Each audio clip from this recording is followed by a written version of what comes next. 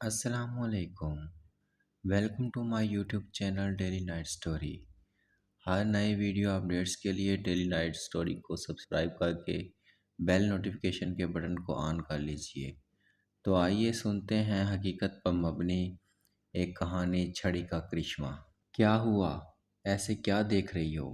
میں مسلسل اس چھڑی کو گھور رہی تھی تو بابا جی نے پوچھا۔ میں نے سر نفی میں ہلایا، بولنے کی ہمت ہی نہیں رہی۔ ادھر آ، بابا جی نے پکارا تو میں نے انکار کر دیا۔ انہوں نے مسکراتے ہوئے دوبارہ بلایا تو پھر میرے قدم اٹھنے لگے اور ان کے پاس جا کر رکے۔ نگاہ ایک بار پھر اس چھڑی سے ٹکرائی اور واپس پلٹنا بھول گئی۔ اس چھڑی کو دیکھ کر مجھے کچھ نہیں ہوا تو وہ کیوں چیخ رہی تھی؟ اگر میں اسے ہاتھ لگاؤں تو یہ خیال آتے ہی دل دھک سے رہ گیا۔ ہمت جمع کر کے ہاتھ آگے بڑھایا۔ ہاتھ ابھی چھڑی تک نہ پہنچا تھا کہ وہ کھانسنے لگے اور میں اپنی جگہ اچھل کر رہ گئی۔ میرا ڈرا ہوا چہرہ دیکھ کر وہ مسکرائے اور چھڑی کو اٹھا لیا۔ لگا ہاتھ، کچھ نہیں ہوگا، اسے میری طرف بڑھاتے ہوئے انہوں نے تسلی دی۔ میں نے ڈرتے ڈرتے اس پر ہاتھ رکھا اور مجھے واقعی کچھ نہ ہوا۔ میں اپنے دادا علم الدین کے ساتھ ان کے آبائی گاؤں آئی تھی۔ ان دنوں وہ اپنے ایک دوست جن کا نام شیر محمد تھا کے ہاں قیام پذیر تھے۔ دوپہر کا وقت تھا اور سب آرام کر رہے تھے۔ جب شیر محمد صاحب سے کوئی ملنے آیا، وہ انہیں بیٹھک میں لے گئے۔ میں ان کے لمبے چوڑے صحن میں درخت کے پاس ٹہل رہی تھی۔ شدید گرمی کے موسم میں بھی درخت کی ٹہنیاں مجھے لہک لہک کر ٹھنڈی ہوائیں دے رہی تھیں۔ یک لخت چیخنے چلانے کی آوازیں آنے لگیں۔ ان آوازوں کی سمت سفر کرتے ہوئے میں بیٹھک کے پاس رک گئی۔ دروازہ کھلا تھا اور اندر جو منظر تھا اسے دیکھ کر میرا دل زور زور سے دھڑکنے لگا۔ ایک اجنبی آدمی حواس باختہ کھڑا تھا اور سامنے بابا جی بیٹھے تھے۔ درمیان میں ایک لڑکی آڑی ترچھی لیٹی تھی، اس کے بال بکھرے ہوئے تھے۔ بابا جی کے ہاتھ میں چھڑی تھی جسے دیکھ کر وہ چیخ رہی تھی۔ اس کی آواز بہت بھیانک تھی۔ بابا جی نے چھڑی اس کے سینے پہ رکھی تو وہ قابو سے باہر ہو گئی۔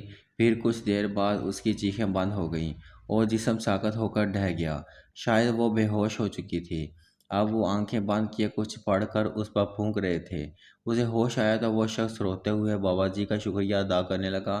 بابا جی نے ایک بوتل میں پانی دیا جسے لے کر وہ چلے گئے، لیکن میرے قدم وہاں جم گئے تھے۔ میں نے کہا تھا نا کچھ نہیں ہوگا، لیکن پھر وہ لڑکی کیوں چیخ رہی تھی؟ میرا خوف کسی طور کم نہ ہوا، کیونکہ یہ صرف جنات پر اثر کرتی ہے۔ اس پر سایہ تھا، اس لیے وہ ڈر رہی تھی۔ ان کی باتیں مجھے عجیب لگیں اور سب سے زیادہ عجیب وہ چھڑی۔ آپ کو کہاں سے ملی یہ؟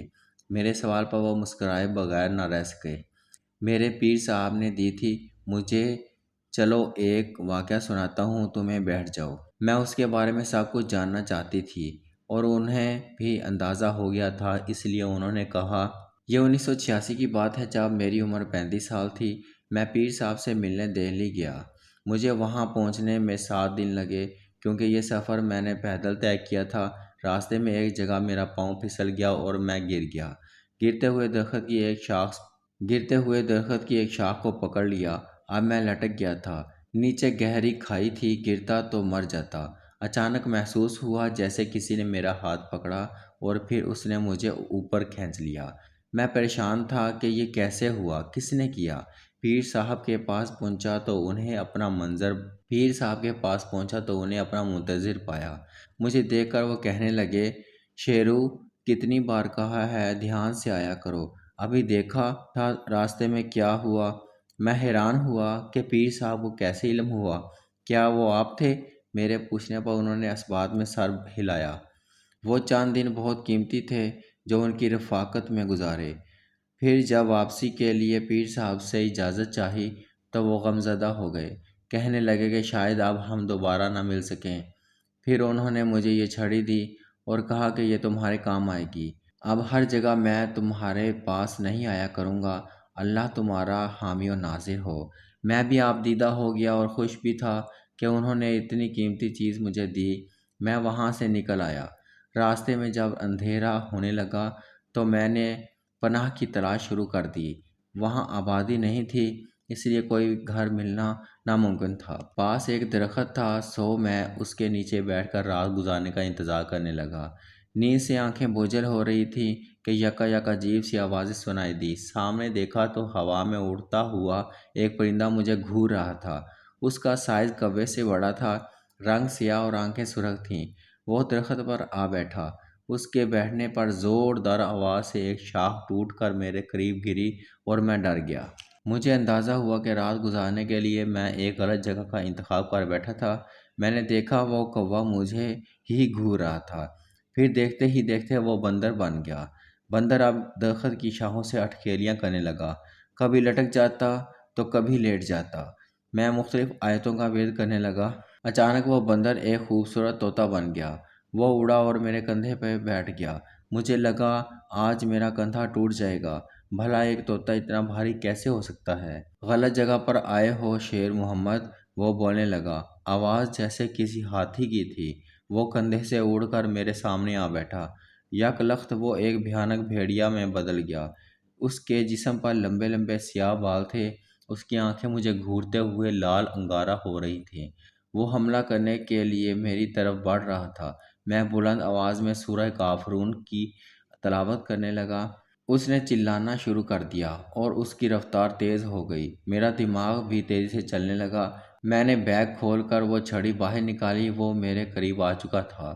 میں نے اللہ اکبر کا نعرہ لگا کر اسے مارنے کے لیے وہ چھڑی ہوا میں ابھی بلند ہی کی تھی کہ وہ تڑپنے لگا اور زمین پر ڈھیر ہو گیا۔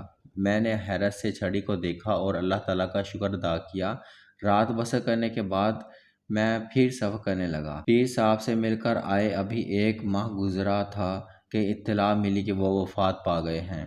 وہاں گیا تو صوم کے بعد ہی واپسی ہوئی، مگر اس بار میں تنہا نہیں تھا، ایک شخص مل گیا تھا وہاں۔ اتفاق سے ہم دونوں کی منزل ایک تھی تو ہم اکٹھے واپس آئے۔ اس کے بعد ہم دونوں گہرے دوست بن گئے۔ مجھے ان کی باتیں خواب سی لگیں، خوف بھی ہوا۔ اگرچہ اس واقعے پر یقین کرنا مشکل تھا، مگر مجھے یقین ہو گیا تھا کیونکہ ایک منظر میں نے ابھی اپنی آنکھوں سے دیکھا تھا۔ لو آ گیا میرا دوست۔ میں نے مڑ کر دیکھا تو دادا جی کھڑے تھے۔ یہی تھا وہ علم الدین۔ میں مسکرانے لگی۔ اس نے ڈرایا تو نہیں تمہیں؟ دادا جی مصنوعی غصے سے بابا جی کو گھور کر مجھ سے پوچھنے لگے۔ میں نے سر نفی میں ہلایا۔ میں اب اکثر بابا جی سے ملنے جاتی ہوں اور اس چھڑی کے کرشمے دیکھ کر دنگ رہ جاتی ہوں۔ ڈیلی نائٹ سٹوری کے سننے والے دوستوں کو اگر یہ کہانی اچھی لگی ہو تو کمنٹ کر کے ضرور بتائیں اور اپنے دوستوں کے ساتھ شیئر کریں اور چینل کو سبسکرائب کر کے بیل نوٹیفیکیشن کے بٹن کو آن کر لیجئے۔ Thank you. اللہ حافظ۔